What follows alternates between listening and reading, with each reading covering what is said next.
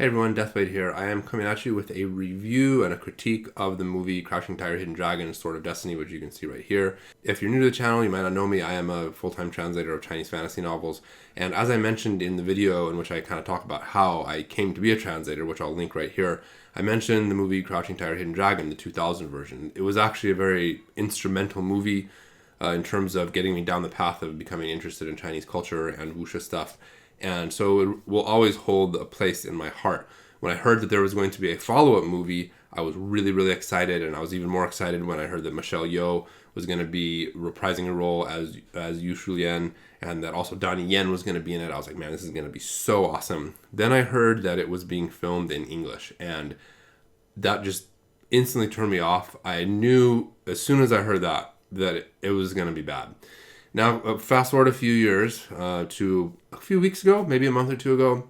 For some reason, I was checking the movie out on Netflix and realized that it has a Chinese dub.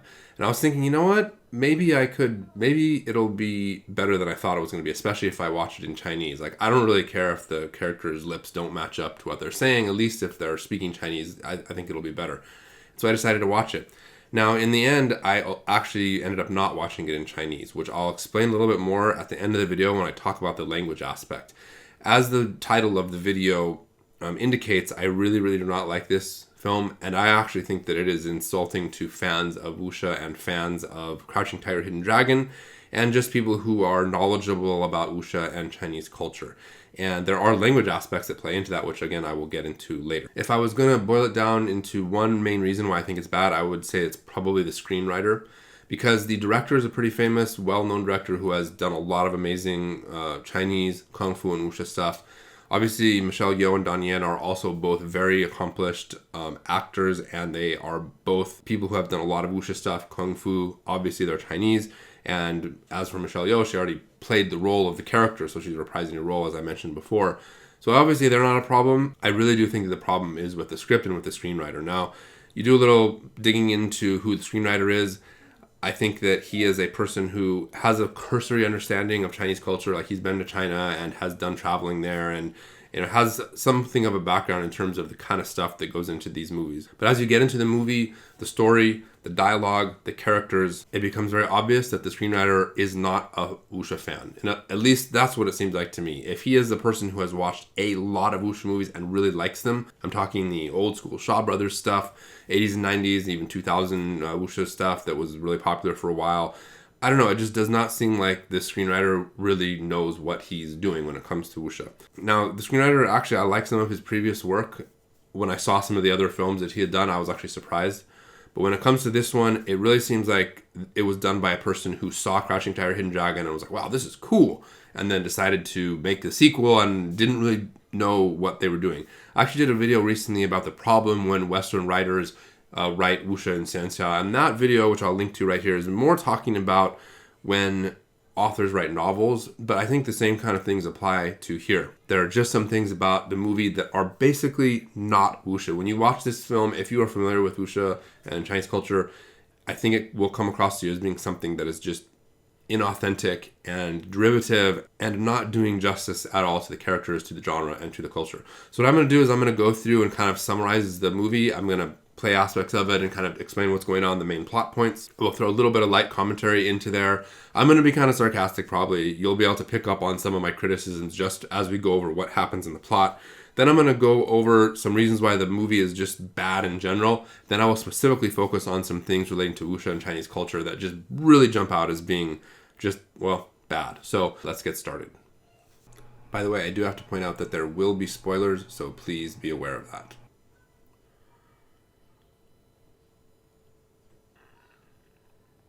So basically the movie takes place 18 years after the first one, and Michelle Yeoh's character, who is Yu Shulian, she basically says there's unrest in the martial world and she's going to go back. She doesn't really explain why she's going to go back or what she's going to do, but she is going to go back. Meanwhile, as you can see, there's a mysterious man who is following her.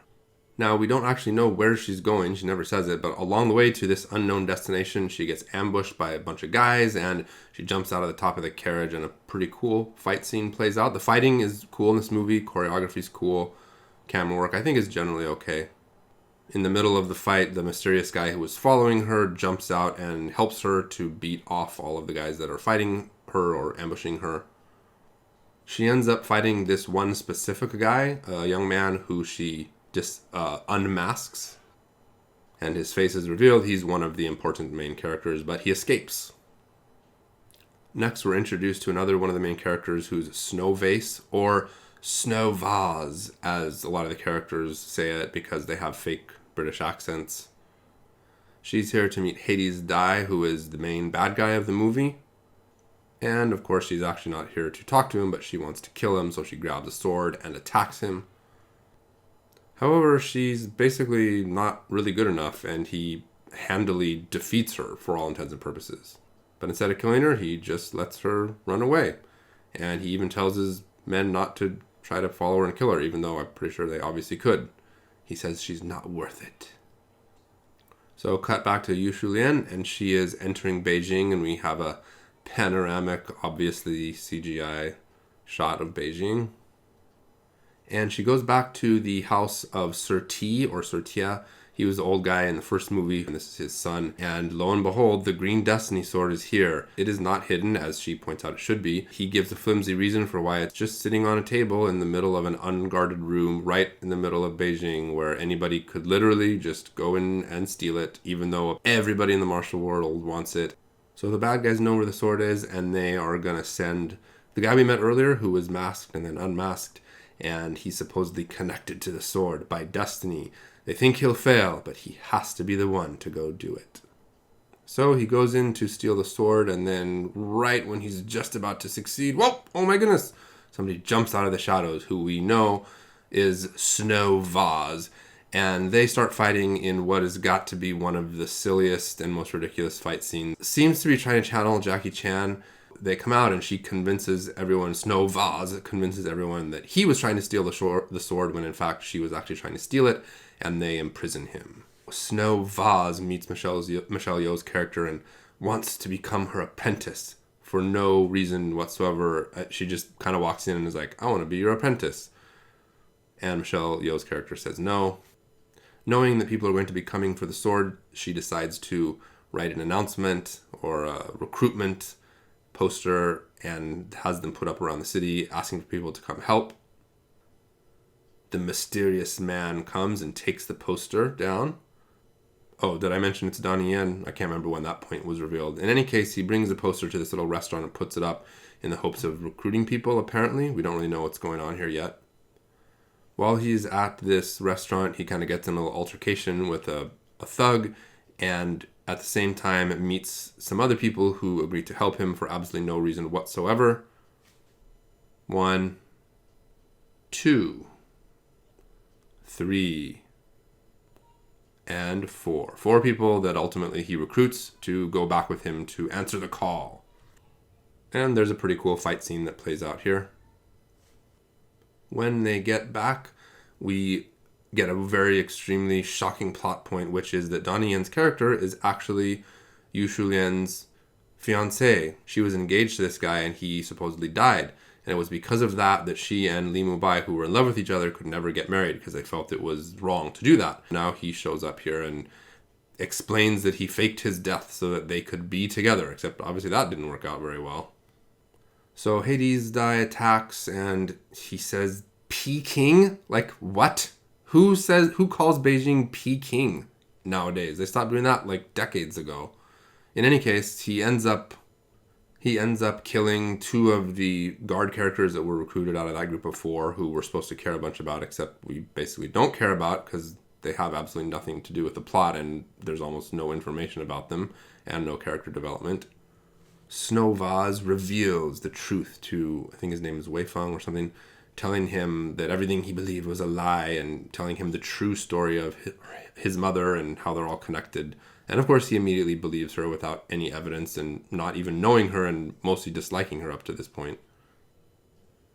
Because she apparently suddenly likes this guy now, she decides to free him from prison and tells him to go and makes him promise not to come back, and he promises. And of course he actually goes back. You can see right here on his back he has the Green Destiny Sword, so he immediately goes back and steals it. As he's running away to wherever he's going, he does a cool surfing move on the ice, and then he runs into Donnie Yen's character, whose name is Lonely Wolf, by the way, who has been chasing him. And after this, a pretty cool fight plays out. Donnie Yen ends up getting pretty badly hurt, and you actually think he might possibly die, but he says he's all right. And then Michelle Yeoh's character Yu Shulian comes, and she says she's going to help him. So he takes a sword, and he's going to give it to Hades Dai. But because of the story that he was told the truth by Snow Vase, he actually attacks him instead. Oh my gosh. The rest of the movie is basically a big fight scene. It's pretty cool. There's some cool stuff, a lot of CGI stuff. Snow Vase is wounded really bad. Blood's like spurting out of her, and we think she's going to die. That's what it seems like, at least. Meanwhile, Donnie Yen fights Hades Dai. They both kind of stab each other and then jump away. And Hades Dai is dead. And as Snow Vase sheds a tear, we also shed a tear because they love each other and she's about to die. The tragedy. Oh my god, this is horrible. Next, Michelle Yeoh and Donnie Yen ride on horseback off into the sunset as we mourn the death of poor Snow Vase. Oh, the tragedy. But wait, what's this? Oh my goodness, she actually didn't die. They're all together. They happily go off into the sunset as they head toward Wudang Mountain with the green destiny sword. Okay, so that's basically what happened in the movie. I obviously left out a lot of different things, but those are, I think, most of the main plot points, and I think you probably picked up on some of my sarcasm. Now I'm going to talk about some reasons why the movie is dumb. I mean, there are so many that I could probably go through every single scene and just point out how many stupid things they are. But there's a couple that really jumped out to me. One is the relationship between Michelle Yeoh and Donnie Yen's character, Yu Shulian, and Lonely Wolf. As you can see right here, this is his character talking. He says, "I knew you loved him, not me." He's talking about Li Mubai. Again, that's central to the plot of the first movie. It's not the only thing, but it's integral to why and how everything happened. And Donnie Yen says, "I knew you loved him, not me," and so that's why he faked his death, basically, so that they could be together. And it implies kind of like that he likes her, but makes it clear that she doesn't love him. Then, just, shortly thereafter, with no character development between the two of them, I swear to God, this happens. "I would rather face an army by your side than to live another day without you." Like, what? So, based on my understanding, this movie is based on one of the novels in the series. Now, I don't know how the screenwriter knew what happened in the novels. Maybe he was given a synopsis or something. So maybe this does happen in the novels. If it does, it would be very wuxia. Someone fakes their death and comes back. But the way it was handled here, it was just so amateurish. It's like something I would expect to read in a story written by a middle schooler or something. That's just my opinion. Another stupid thing is this part, which I kind of ragged on when I was talking about what happened in the movie. She tells him this dramatic story about his mother and how Hades Dai killed her, basically, and how she was apprenticed to her or whatever. And this guy just believes it. He has no evidence almost at all. She does have something about his birthmark, but never actually shows it to him. So there's no evidence, nothing whatsoever, any reason for him to believe her. She could just be lying. And yet the entire plot from this point out changes because of this. So he's a loyal member of the bad guys, willing to go in and steal the sword, get captured, and potentially be killed or executed or whatever. And yet, just because she tells him a story, he suddenly believes her, then takes the sword and goes to kill Hades Dai. It's just like... Okay, take a look at this fight scene. Not the fighting, but just look at the setting. It's very sunny. Looks like it could possibly be summer. They're sweaty. They're fighting. His shirt's half off. Then, look at what happens. Literally that night. Yes, they are out in a bunch of snow at a lake, kicking the frozen lake at each other. And it's like, I'm sorry, but this is so ridiculous. Granted, I get they wanted to do a snowy fight scene or whatever, but literally a few hours before this, it was hot and sunny. Then all of a sudden, they just run outside of the city and it's a frozen wasteland. Come on, guys. Come on. So I don't want to go on and on about those different aspects. Again, I could go through the entire movie and just be like pointing out how many stupid things there are that don't make sense. Okay, so I'm going to go into some of the reasons why I think it's specifically insulting to wuxia fans and people who understand Chinese culture. The first one has to do with the music. Now, the 2000 Crouching Tiger, Hidden Dragon had an amazing soundtrack. It actually won an Academy Award for that soundtrack. It is an amazing soundtrack. You will hear things from that soundtrack used in other settings. I personally bought it and listened to it a million times. It's just really amazing. When you watch Crouching Tiger, Hidden Dragon, the first movie, the opening scene where there's like jungle and then the music starts, you immediately are like, wow, this is just amazing. Now, in contrast, listen to the music when she goes into Beijing. I'm going to turn it up so that you can hear it. You'll know why it's stupid the instant you hear it if you haven't watched the movie already. So here we go. I'm going to turn the volume all the way up here.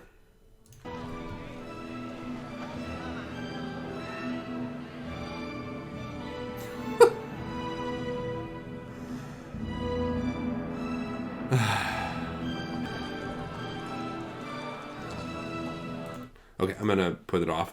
I mean, okay, look, I'm not offended by it, and do not get me wrong, I'm not the kind of person who's gonna go around lobbing accusations of racism, but that sounds to me like they made it based on the dun dun dun dun dun dun dun dun.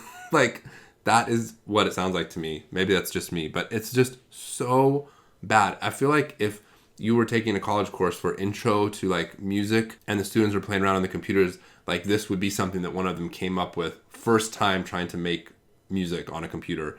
It's just so bad. I mean, and again, that dun, dun, dun, dun, dun, dun, dun, I've heard that in China, Chinese commercials on Chinese TV. So it's not like that's, again, not racist or something. It's just so cliche and stupid compared to the music of the first movie. The next thing is when Donnie Yen goes to recruit the people to help, and he meets these 4 characters. The way they introduce themselves is just so goober. It's so silly Billy. Look, this guy says, "Flying Blade of Shantung at your service." This guy, Thunder Fist Chan, famed in Zhejiang. Silver Dart Sure or She, I forget how they pronounced it in English, and she's, I think, from Fuzhou. And I, Turtle Ma. And there's supposed to be a funny thing where he says, famed in this tavern. It's just so, like, cringy. It's just pure cringe. Now, look, the whole, like, martial arts name is a big thing in Wuxia stuff.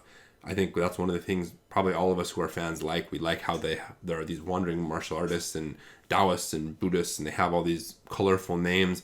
But, I mean, in all of the Wuxia movies I've ever seen and in the books I've read, I don't ever recall seeing a scene like this where they just stand up and announce their name. It's just... And I could be wrong about that. There could be a scene exactly like this in some movie that I forgot about. But it just comes across as very cringy. The characters in the novels, they don't need to go around introducing themselves by these complicated names. Usually, again, I'm not saying this is a hard and fast rule, but the way it was handled here was just, in my opinion, it just made me kind of want to throw up in my mouth. So this thing is the number 2 thing. I debated whether to make this the number 1 thing or the number 2 thing. This, to me, was insulting to anyone who is a fan of Wuxia. So look at what the dialogue says here. She says, "In that time, the followers of the Iron Way," says something like, "are few and far between," or something, have become few and far between. Then she says, "We will need those who will do more than guard. There are warriors who once stood against this type of injustice. True followers will still answer the call. The Iron Way is not legend. Not yet." Here he says again, the Iron Way. Some of us never stop living by it. She says, to live the Iron Way, maybe to die for it. Okay, I'm not going to keep going on. It brings this up in the movie over and over and over again. Now, do you know what the Iron Way is? It's nothing. There's no such thing as the Iron Way in Wuxia novels. It's completely fabricated by the screenwriter, or maybe the producers, I don't know, not the director, because the director is a famous Chinese director. But they made up this aspect of the story. It's not from Wuxia novels. There's no Iron Way. It's ridiculous. Now, there's one possible aspect. I do have to admit, I have not read the Iron Crane Pentalogy, the 5-series book that this is based on. I've read the comic book adaptation a long time ago. Obviously, watched the movie. So maybe it's theoretically possible that by chance, Wang Dulu, the writer of this series, made up something called the Iron Way. But I'd find that highly unlikely. I have watched many, many, many Wuxia movies. I've read novels. I've translated a lot. This is a Western thing. There's no some sort of like code of conduct that everybody is good follows in the martial arts world, and they live for it and they die by it. And it's so stupid. I think that it's insulting. If it turns out that by chance I'm wrong and this does come from the novel, then I will be the first one to admit, hey, I'm wrong. But it just kept being mentioned over and over and over in this movie. Never mentioned once in the previous movie, because it's not a wuxia thing. It's not how the jianghu works. It's not how wuxia novels work. It's not how the martial arts world works as far as I have ever seen. This, I really, really, really didn't like it, because it's something that does not come from wuxia novels.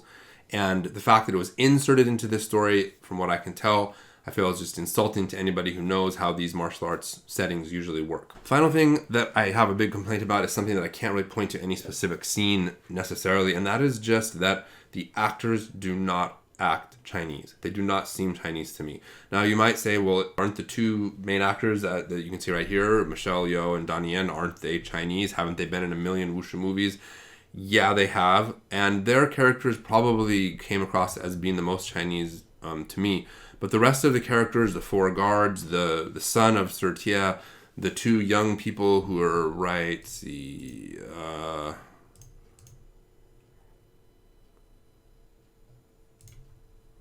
who are right here. I think a lot of them are of Chinese descent or overseas Chinese people, but they're basically not like mainland Chinese, not Hong Kong people, not from Taiwan. They're Westerners, and it comes across in everything. Now, part of it has to do with the script as well, because the way that the characters are written in the script just does not come across as being Chinese. Wuxia novels are from China. The characters are Chinese in a Chinese setting. They're speaking Chinese. They're being written about in Chinese by a Chinese person. And this goes back to what I mentioned before in that video about writers who don't understand wuxia writing wuxia. That's exactly what it comes across as. It comes across as people wearing wuxia clothes, using wuxia names, having wuxia weapons, doing martial arts, being able to fly around. But they are not actually authentic wuxia. And that is the biggest thing that I think is a problem with this movie. The characters talk and act in a way that is the way that Westerners act. And so that's not something you can really put your finger on and point to necessarily, say, oh, this is one part where it's like that. It's just something that cropped up in my mind and in my heart as I was watching the movie. After a while, I was like, this just does not seem, this is not how ancient China would work. The movie is supposed to take place in ancient China, but it doesn't feel like ancient China. The people don't seem Chinese. So those are the main reasons why I disliked the movie, and I think it's insulting to wuxia fans. There is something I do want to point out about the language aspect that was very shocking and confusing to me. The Chinese dialogue, the dubbed dialogue, is almost completely different in many parts of the movie. In some parts of the movie, it's the same, but in other parts, they completely change it. One specific example is this guy. He says, "And I, Turoma, famed in this tavern." Remember, we watched it a couple minutes ago. Well, in Chinese, he says, "Add me. I am someone from the Jianghu," and his name is actually basically alcohol freak or liquor freak or something along those lines. And this is just a perfect example of what I'm talking about, because, okay, I get it. They called him Turtle Ma because he has his shield on his back and it kind of looks like a turtle. The thing is, there are deep implications regarding turtles in the Chinese language, and it kind of comes across as weird to have a guy named Turtle Ma. It doesn't make any sense. So they changed it in Chinese to alcohol freak or alcohol psycho or something along those lines. Another example, going back to the scene we looked at before, she says to live the iron way, maybe to die for it. Well, in Chinese, she basically says, she talks about xia yi, which is like heroism. The character xia is important in Wuxia, and it's complicated, but it's usually okay to just translate it as heroism. And this is chengnuo, which is basically like a promise or like maybe commitment or something like that. So this is what they chose to translate the Iron Way as in Chinese, and it actually changes in different parts of the dialogue. They don't always translate it as this, but when Iron Way comes up in the dialogue, they translate it as things along the lines of righteousness, duty, or morality, or something like that. Now, obviously, so going back to my rant about the Iron Way, I get it that what the screenwriter was going for, but it just got pushed in a totally wrong direction, and they tried to fix it in the Chinese. So jumping back to this scene, I'm pretty much done. I know some of what I've said probably is a little bit disjointed, and especially the part about people not acting Chinese. I know that's kind of odd, but I think it's very telling that the Chinese version changed so much stuff. I don't want to get into a like lost in translation thing. It's very weird because the screenplay is in English, everyone was speaking English, then they translated it into Chinese. But in the end, I think that's the most telling part, because they did release this movie in theaters in China, and whoever did the subtitles or the dubbing or whatever, they knew that the way it was written in English was just basically bad and wrong, and so they changed a lot of stuff. I think it would be very interesting to take the Chinese version and then translate it into English and then remake new subtitles that's based on that. Then watch it in Chinese with the dubbed Chinese and the English subtitles. That would probably be pretty cool, and it would be much more like a real Wuxia movie because there's just too much goofy stuff going on. That. So what are your thoughts if you have seen the movie? Did you notice things I didn't notice? Do you have a differing viewpoint? Do you have any questions about the movie? I would be happy to answer them. If you like this kind of content, please do like and subscribe, share the video, leave a comment below, and there are ways to support me directly. You can check the links in the description. That's it for this video. I'll see you next time. Gaozi is not authentic in terms of Chinese or in terms of Wuxia. So I'm going to end it here. What are your thoughts if you have seen the movie?